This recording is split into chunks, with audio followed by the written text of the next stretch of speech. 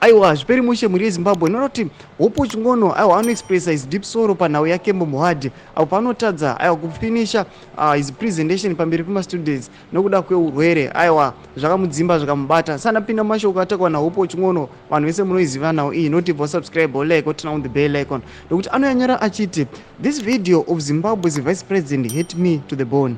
Our leaders should never subject themselves to this kind of humiliation by holding on to power. A human gets to a certain age where they are supposed to rest and wind and not take on such huge public roles. I wish Vice President Kembo Mohadi well and hope that he will get the rest that he deserves and that his board is demanding.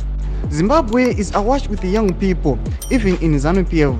These old men and women should make way for those young leaders and not humiliate themselves like this. Look south for wisdom and learn from Nelson Mandela. Sando mashuka tukuona ari kuuya achiadvaisiwa nahopo chingono kune vanhu veZANU-PF nemaleaders awachiti aiwa some other individuals vari mupower aiwa vakura kunyange zvokuti tikati ndipresident hapana zvavari kuita but ngavachizorora zvavo. Kunyange muZANU-PF mune vamwe vechidiki vanokwanisa kuholda on to power, vanokwanisa kuleader the movement. Akapa examples ende kuSouth Africa unoona Nelson Mandela zvaakaita achiti aiwa mabodies enyu ava kudemanda that rest, saka you need to rest, murege kuabuse your body. Mashoko atoka nahopo chikono chimautidzai mafungiro enyu nokudii pamusoro mashoko ake. Pena comment section medu so subscribe kulike, turn on the bell icon.